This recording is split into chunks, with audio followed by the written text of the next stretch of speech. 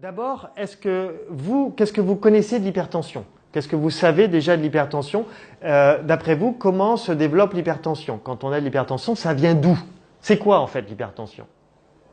Est-ce que vous avez une idée? Le stress. Donc ça peut être, d'après vous, c'est le stress. Est-ce que vous avez une autre idée? Vous savez pas du tout d'où vient l'hypertension? C'est la force du sang. Voilà, il y a trop de pression dans les artères, mais d'où ça vient? Le cœur bat trop vite. Les veines sont un peu bouchées. Non, le cœur bat pas plus vite, c'est ça le pire. Mais pourquoi on a de la tension? Vous avez une idée? Les artères sont bouchées. Ça peut être l'athérosclérose. Donc là, il y a une piste. Donc les artères, la lumière des artères qui est plus petite, et donc là, pour que le sang passe, ça pousse plus. Ça peut être une cause. L'alimentation, ça peut être... Ouais, mais alors ça dérègle quoi? Vous avez une idée? Bon, ben c'est bien, je vais pouvoir vous apprendre des choses. Vous ne savez pas tout, c'est bien. Voilà. Donc, je vais vous expliquer d'où vient l'hypertension. Qu'est-ce qui se passe dans le corps quand on a l'hypertension? Et je vais essayer de vous expliquer pourquoi le jeûne est super efficace. Et pour moi, là, il y a un créneau super intéressant. Parce qu'en fait, vous allez voir que la médecine allopathique ne soigne pas l'hypertension. Elle fait baisser la tension, mais ne soigne pas l'hypertension. Et il n'y a rien en médecine naturelle qui soigne l'hypertension. Mais le jeûne soigne l'hypertension. Vous allez voir que ça soigne. C'est pas que ça fait semblant, ça soigne. Les gens viennent en jeûne et vous allez voir des témoignages et vous retrouvez sur mon site. Bah toi, ça a soigné l'hypertension d'ailleurs. Hein. Passé de 19 à 13. Voilà.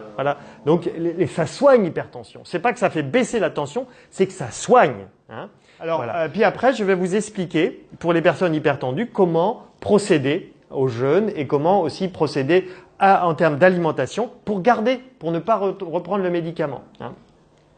Ce que je vous partage, c'est vraiment mes 7 ans d'expérience. 7 ans d'expérience à travers de observations. Il n'y a pas tellement de littérature. C'est pas des choses que j'ai été apprendre ailleurs. C'est vraiment ce que j'ai appris sur le terrain. Hein, ce que j'ai appris sur le terrain au niveau de l'hypertension. Bien sûr, il y a la littérature pour comprendre d'où ça vient, mais comment en sortir, c'est vraiment sur le terrain. J'ai vu comment ça se passait. Et depuis, j'ai vu ce que font les Russes. Donc ils ont adapté un peu différemment, mais ça revient au même. Alors voilà, pourquoi on développe l'hypertension?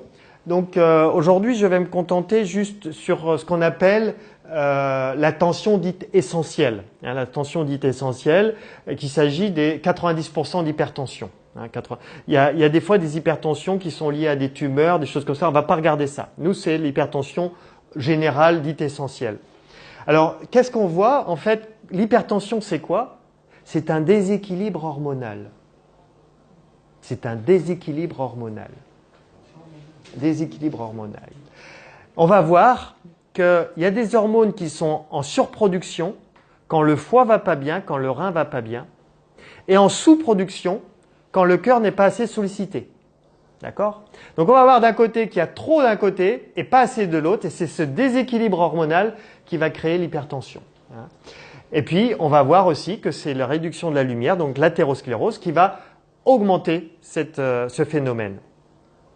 Voilà, ben c'est ça. Hein, vous imaginez un tuyau d'arrosage. Si vous utilisez votre tuyau d'arrosage normal, il n'y a pas beaucoup de pression. Si vous appuyez dessus, si vous appuyez sur votre tuyau d'arrosage, vous augmentez la pression. C'est ce qui se passe dans le corps. Il y a quelque chose qui appuie. Donc il n'y a pas seulement la lumière qui est réduite, il y a quelque chose qui vient appuyer sur les vaisseaux, les artères et les veines, qui fait qu'il y a plus de pression. Mais qu'est-ce qui fait que ça vient appuyer? Eh bien, c'est des hormones. On appelle angiotensine 2 et l'aldostérone, des hormones que là j'ai représentées sur des petites flèches, les hormones qui sont produites en trop grand nombre et qui viennent appuyer sur nos artères et nos veines et qui viennent créer cette tension dans nos artères et qui crée le durcissement et la contraction des artères et des veines. Je pensais que c'était de la graisse. Non. Alors c'est très intéressant ça parce qu'on a combattu le cholestérol. Aujourd'hui, depuis 2010, on sait que le cholestérol est innocent. Donc oubliez la graisse, oubliez le cholestérol, il est totalement innocent dans les maladies cardiovasculaires, il est même nécessaire. Et on s'aperçoit que les statines qu'on a prescrits à outrance pour les maladies cardiovasculaires, elles vont encourager les maladies cardiovasculaires plutôt que les préserver. Hein, donc, Les statines, c'est ce qui fait baisser le cholestérol. Donc si vous en prenez encore, arrêtez, ça ne sert à rien. Au contraire, ça crée plus de problèmes, ça crée la maladie d'Alzheimer, ça crée plus de problèmes que de bien. Hein, ça, c'est été prouvé maintenant. Hein. Donc si ça vous intéresse, il y a un livre qui est très bien écrit par le docteur Michel donc c'est un médecin, chercheur au CNRS, qui explique que le cholestérol est innocent. Et il y a un film qui a été sorti par Arte qui s'appelle Cholestérol le grand bluff. Hein, donc là, voilà. Et encore, je sais qu'on prescrit encore à outrance des statines, alors que tout ça c'est prouvé maintenant, c'est prouvé. Hein, voilà. Voilà. Alors, tension artérielle, c'est l'équilibre entre ce qui se passe dans les reins. Alors, brièvement, les reins, quand ils vont mal, ils vont produire trop de rénine. Voilà, ils en produisent de toute façon. Et c'est la rénine qui, la rénine combinée avec, qui va provoquer la fabrication de l'angiotensine 1 dans le foie. Et cette angiotensine 1 dans le foie qui va se combiner avec l'enzyme de conversion qui elle est dans le poumon et les tissus, qui vont fabriquer l'angiotensine 2. C'est toute une chaîne. Hein. Et c'est cette angiotensine 2 qui va agir sur les artères et les veines et qui va, avec l'aldostérone, qui va aussi provoquer l'aldostérone, qui va provoquer cette tension. Donc en fait, c'est l'angiotensine 2 et l'aldostérone qui provoquent cette hypertension. Hein. Et de l'autre côté, qu'est-ce qu'on a? On a le cœur. On a le cœur qui, lui, produit un peptide. Alors, je suis désolé, c'est assez technique, c'est atrial natriurétique peptide, un peptide qui est produit par le cœur, qui, lui, va rééquilibrer la tension. Donc, en fait, l'équilibre de la bonne tension, c'est suffisamment de travail avec le cœur et des foies et des reins pas trop intoxinés. Hein. Parce qu'en fait, la diapo d'après, c'est quand vous êtes trop intoxiné, vous avez trop de production d'angiotensine 2 et d'aldostérone et pas assez du peptide pour équilibrer avec le cœur. C'est pour ça que vous avez dit le sport, c'est très bien, parce que quand on fait du sport, on va produire cette peptide pour équilibrer. Hein, d'accord. Alors, et l'autre phénomène, c'est ce que vous avez dit, vous, l'autre phénomène, c'est l'athérosclérose, c'est-à-dire les artères qui se bouchent. Donc en fait, ça se cumule. C'est d'un côté, on a une pression sur les artères et de l'autre côté, les artères qui se bouchent, mais on n'a pas forcément les deux. Hein, on n'a pas forcément les deux. En général, les artères qui se bouchent, c'est plutôt avec l'âge. Ça, c'est plutôt les personnes âgées. Hein, donc voilà. Et on peut avoir une légère tension élevée, 16, 17, sans symptômes, parce que c'est simplement l'athérosclérose. Les foies et les reins fonctionnent bien. Donc là, il ne faudra pas forcément traiter. Hein. Donc voilà. Aujourd'hui, on traite systématiquement dès qu'on dépasse 14, mais ça dépend en fait si la personne a ou pas les symptômes. Si la personne n'a pas de symptômes, peut-être qu'elle peut très bien avoir une légère hypertension. C'est tout à fait normal, c'est physiologique. C'est à cause du vieillissement. Voilà. Voilà. Donc comment on peut faire pour retrouver une tension normale? Eh bien, c'est détoxiner. On détoxine les organes et donc le fait de nettoyer les organes, ils retrouvent leur santé normale et le fait de retrouver leur santé normale, eh bien, ils retrouvent leur équilibre, hein, retrouvent leur équilibre. Et puis pour le cœur, eh bien, c'est de faire du sport et c'est de faire l'amour. Faire l'amour, la sexualité va permettre là aussi de produire ce peptide. Hein. Donc faire l'amour, c'est très bon pour les maladies cardiovasculaires. C'est peut-être pour ça d'ailleurs qu'on relie le cœur à l'amour. Hein, je sais pas, on relie souvent le cœur à l'amour. Hein. Voilà. Alors, pourquoi le jeûne fait baisser la tension? Avec tout ce que je vous ai dit, qu'est-ce que vous avez compris? Pourquoi le jeûne va faire baisser la tension? Parce que le jeûne détoxine, parce que le jeûne nettoie, parce que le jeûne régénère. Là, je vais vous montrer par exemple, c'est Walter Longo qui a démontré qu'au bout du 3e jour de jeûne, notre corps se régénère, la moelle osseuse se régénère. La moelle osseuse se régénère et donc on produit des cellules souches à outrance. Vous avez entendu parler des cellules souches? On vous les vend à très cher. Il y a des commerces de cellules souches aujourd'hui, on vous les vend à très cher. Vous pouvez les avoir gratuitement en jeûnant. À partir du 3e jour de jeûne, vous produisiez à outrance des cellules souches et le corps se régénère. C'est génial. Et notre système immunitaire est au top de sa performance au 3e jour de jeûne. Notre système immunitaire est très performant au 13e jour de jeûne. Et Walter Longo dit, je défie les laboratoires pharmaceutiques de trouver des produits de synthèse, même des cocktails de médicaments qui pourraient être aussi efficaces que le jeûne. Il n'y a rien aujourd'hui qui est aussi efficace que le jeûne. Les cellules souches, c'est des cellules saines. C'est les cellules non différenciées, c'est-à-dire c'est des bébés de cellules qui ne sont pas encore le foie, qui ne sont pas encore les reins, non différenciées, elles sont boostées, elles sont multipliées. Et donc, c'est des cellules qui viennent régénérer, qui viennent changer le foie, qui viennent changer la moelle. Oui, bien sûr, voilà. Mais c'est pour ça qu'on observe aussi quelqu'un qui a une cirrhose de foie, là vous allez voir un témoignage tout à l'heure, cirrhose de foie, il jeûne, sa cirrhose se rétablit.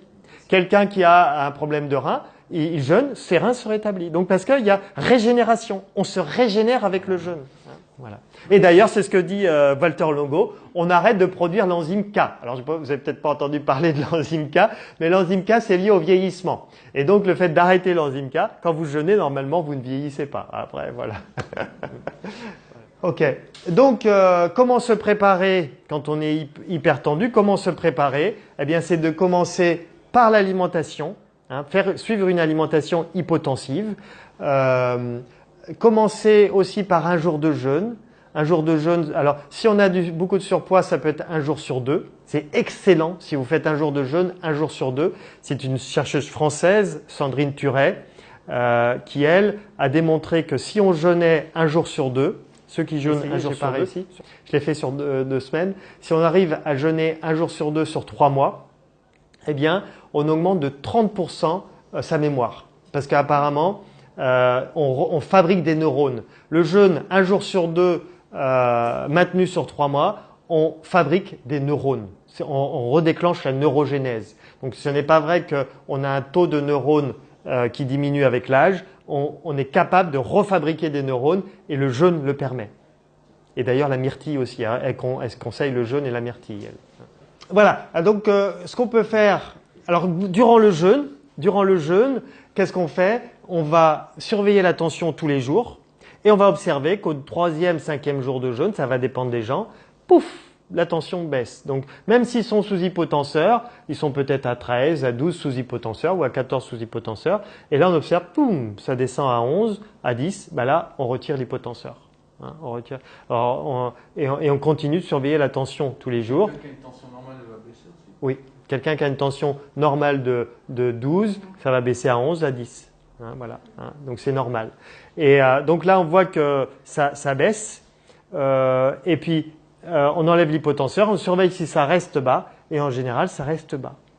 Et si jamais ça remonte, on remet l'hypotenseur et on reteste un peu plus tard. Donc, c'est pas plus difficile que ça.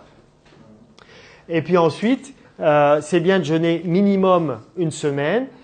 Les Russes, eux, ils parlent de 15 jours pour l'hypertension, mais c'est minimum une semaine. Et ce qui va compter après, c'est le repas, c'est l'hygiène de vie hypotensive pour maintenir l'hypertension. Tout à l'heure, je vais vous montrer le témoignage de Roselyne, qui elle a été sous hypotenseur pendant 32 ans. 32 ans sous hypotenseur. Elle a fait le jeûne, elle est sortie de l'hypertension et après, elle a surveillé sa tension tous les matins. Et des fois, sa tension remontait. Eh bien, elle rejeûnait. Elle m'appelait ou m'envoyait un email, je dis rejeûne. Elle rejeûnait, sa tension redevient normale. Donc elle n'a pas repris, ça fait 1 an maintenant, elle n'a pas repris d'hypertension, mais elle surveille d'hypotenseur, mais elle surveille sa tension tous les matins et si ça remonte, elle jeûne. Donc voilà, et ça se régule très bien comme ça. Donc, dans 80% des cas, ça s'en va au bout d'une semaine. Et il y a des fois, il faut 2 semaines de jeûne pour les cas récalcitrants. Mais vraiment, moi, dans mes jeûnes, même peut-être plus que 80% des cas, les gens, au bout d'une semaine, ils retrouvent une tension normale. Voilà. Alors après, eh bien, il faut suivre l'hygiène de vie qu'on a vue tout à l'heure, une alimentation hypotensive. Et si on voit que la tension remonte, eh bien, il faut absolument reprendre le jeûne. Si on ne peut pas refaire un jeûne, il faut reprendre les hypotenseurs. Donc c'est soit on rejeûne, soit on reprend les hypotenseurs. Voilà. Si la tension remonte au-delà de 16, faut soit faire un jeûne, soit reprendre les hypotenseurs. Et c'est bien de reprogrammer un jeûne 6 mois plus tard. C'est-à-dire, voilà, on surveille sa tension et on reprogramme un jeûne 6 mois plus tard. Pour ancrer. Voilà, prévention. Voilà. Alors, voilà, la page est blanche. Tu veux la remplir, Alain? Comment on fait pour augmenter une tension? en termes d'hygiène de vie et comment on fait pour baisser une tension en termes d'hygiène de vie. À vous la parole. Vous êtes naturopathe maintenant et c'est vous qui donnez le conseil. Alcool, Augmenter la tension, l'alcool, ouais. cigarette, Cigarette, ouais. La viande, je crois. Non. Ah, oui, un peu, ouais. Mhm. Hein? La viande rouge. Ouais, un peu, ouais. Mhm. sucrerie, ne pas bouger. Alors, sucrerie, en fait, je dirais, c'est l'excès.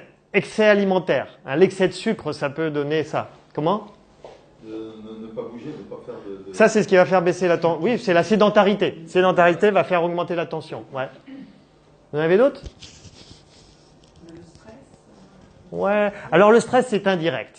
Hein, beaucoup de gens parlent du stress, c'est indirect. Parce que quand on stresse, on cherche à combler d'une façon ou d'une autre.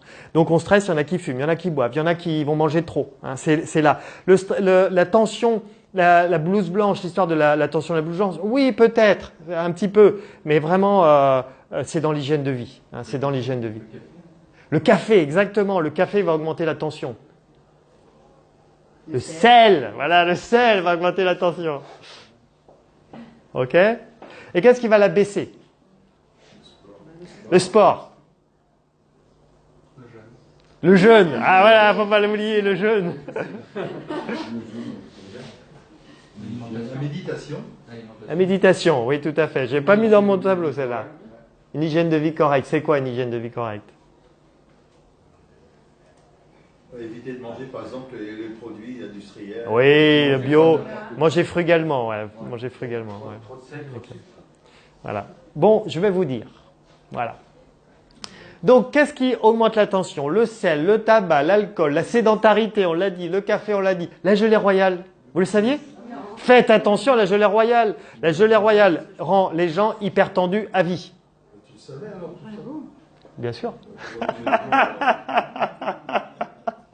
Ah ouais, je croyais que tu connaissais la technique. Gelée royale, faites attention à la gelée royale. Gelée royale potentialise un cancer. C'est-à-dire, si vous avez un cancer, prenez la gelée royale, ça va l'aggraver. Donc faites attention à la gelée royale. Ma grand-mère qui avait une leucémie prenait la gelée royale, si j'avais su. La réglisse. Hein, si vous prenez une tisane à la réglisse, ça va augmenter votre tension. Le chardon-marie, les produits laitiers, parce qu'ils sont très riches en sel. Hein, souvent, le produit laitier, il est riche en sel, donc ça, surtout les fromages. Beaucoup les produits transformés, on en a parlé. Les produits transformés qui sont riches en sel. La charcuterie qui est riche en sel. Les médicaments, parce qu'ils vont agir sur les reins. Ils dérèglent les reins et les foies. Hein, donc, les produits de synthèse. La vitamine E. Hein, faites attention aux vitamines, surtout de synthèse. C'est quoi la vitamine? Alors, là, vous me posez une colle. Je le savais, mais j'ai oublié. Voilà. Mais surtout, ne pas apporter de vitamines de synthèse, déjà. Hein. Si vous apportez des vitamines, il faut que ce soit des aliments. Mais là, c'est tout un autre. La viande. La viande peut augmenter la tension, on l'a dit. La surcharge calorique. Donc, le sucre, trop manger. Trop manger va augmenter la tension. Le grignotage. Le grignotage, ça va agir et augmenter la tension. L'alimentation indigeste, parce que ça va abîmer le foie et les reins. Tout ce qui est indigeste vous intoxine. Comme vous intoxinez, hop, vous déréglez le foie et les reins et vous augmentez votre tension. Le cassis, le pain, la sauge. Hein, c'est d'autres choses qui vont augmenter la tension. Qu'est-ce qui va faire baisser la tension? Le potassium. Donc les aliments riches en potassium, on va voir ça tout à l'heure.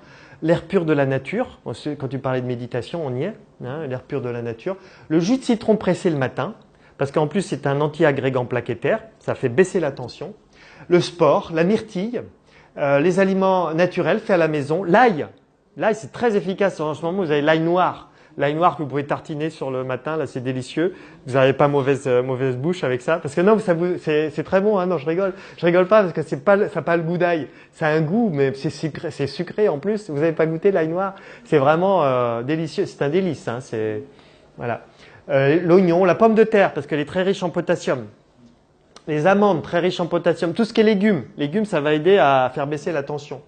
Tout ce qui est huile d'olive. D'où le régime méditerranéen. Vous savez que les gens qui sont dans le régime méditerranéen sont une curiosité pour tous les gens qui s'intéressent aux maladies cardiovasculaires parce que Ces gens-là n'ont pas de maladie cardiovasculaire. Hein. Donc, parce qu'on retrouve de l'huile, parce qu'on retrouve l'huile de noix, l'huile de colza, c'est très riche. Les huiles sont bonnes pour la frugalité, manger de peu.